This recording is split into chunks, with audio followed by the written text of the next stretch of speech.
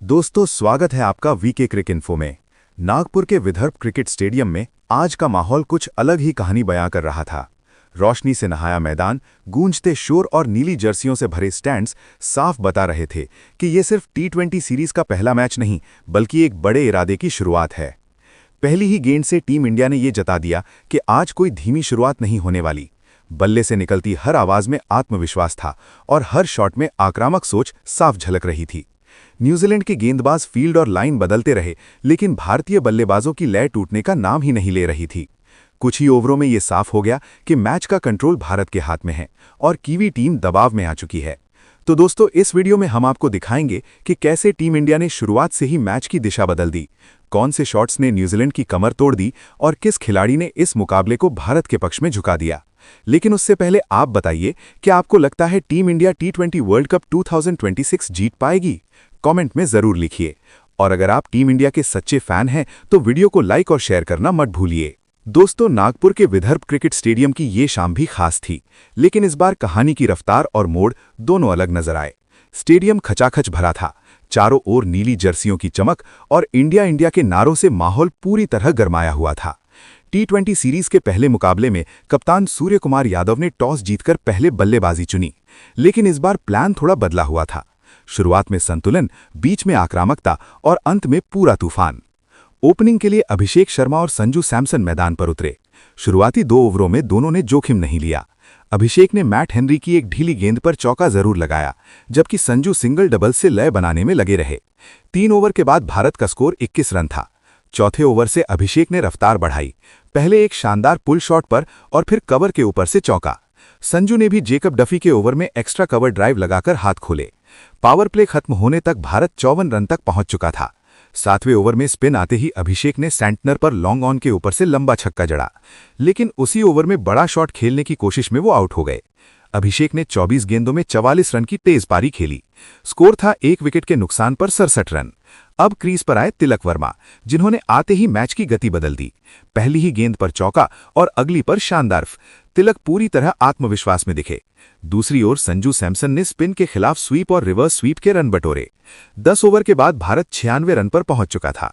11वें और 12वें ओवर में संजू ने कमान संभाली और लगातार बाउंड्री लगाई। 13वें ओवर की आखिरी गेंद पर छक्का लगाकर उन्होंने अपना अर्धशतक पूरा किया। हालांकि अगले ही ओवर में वो लॉन्ग ऑफ पर कैच दे बैठे। संजू ने 40 गेंदों में 61 रन बनाए। भारत 2 विकेट पर 132 रन पर था। इसके बाद कप्तान सूर्य कुमार यादव मैदान पर आए और आते ही अंदाज बदल गया। पहली गेंद पर दूसरी पर कवर के ऊपर से चौका। स्काई ने साफ कर दिया कि अब गेंदबाजों की शाम मुश्किल होने वाली है। तिलक वर्मा ने भी उनका अच्छा साथ निभाया और गैप्स में रन निकालते रहे। 15 ओवर तक भारत 168 रन पर पहुंच गया। 16वें ओवर में तिलक बड़ा शॉट खेलने के प्रयास में आउट हो गए। उन्होंने 29 गेंदों में 38 रन की अहम पारी खेली। अब मैदान पर आए हार्दिक पांड्या और उनके आते ही स्टेडियम में शोर और तेज हो गया। हार्दिक ने पहली ही गेंद पर सीधा छक्का जड़ दिया। दूसरी ओर एस्काईवाई अब पूरी तरह अपने फॉर्म में थे। रैम शॉट, स्कूप और इनसाइड आउट ड्राइव्स, हर तरह के शॉट देखने को मिले। 17वें और 18वें ओवर में भारत ने रन बरसाए। एस्काईवाई ने 1 ओवर में 2 छक्के और 1 चौका लगाया, जबकि हार्दिक ने लगातार बाउंड्री से स्कोर को 210 के पार पहुंचा दिया। 19वें ओवर में एस्काईवाई का शो जारी रहा।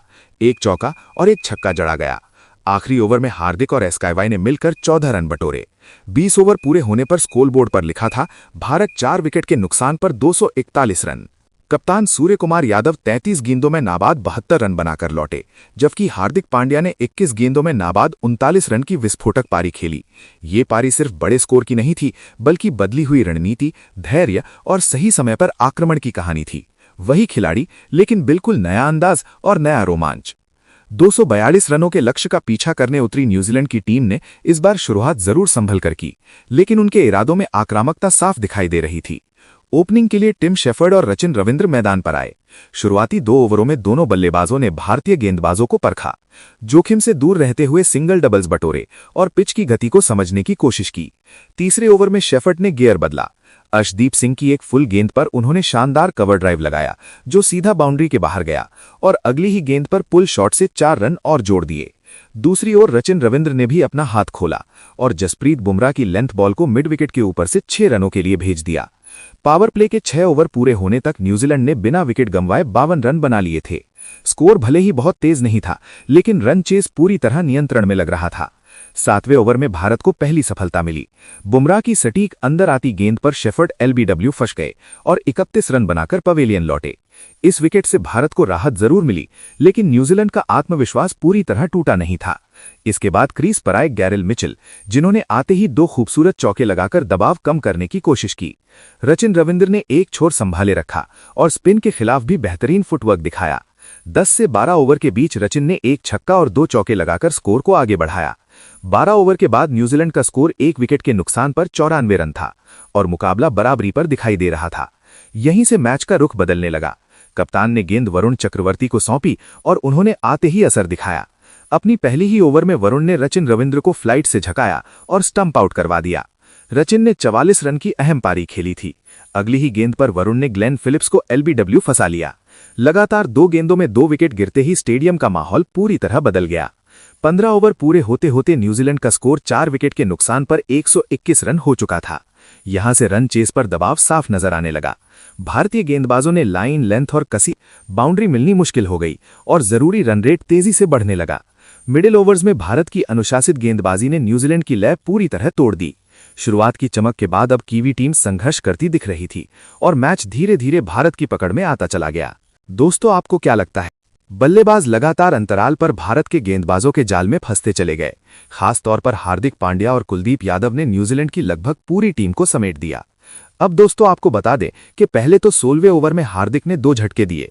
हार्दिक ने मिचेल को 38 रन के निजी स्कोर पर आउट कर दिया और इसी ओवर में जमी नीशम को 35 रन के स्कोर पर एलबीडब्ल्यू कर दिया, जिसके बाद 18वें ओवर में कुलदीप ने 2 झटके और न्यूजीलैंड को दे दिए।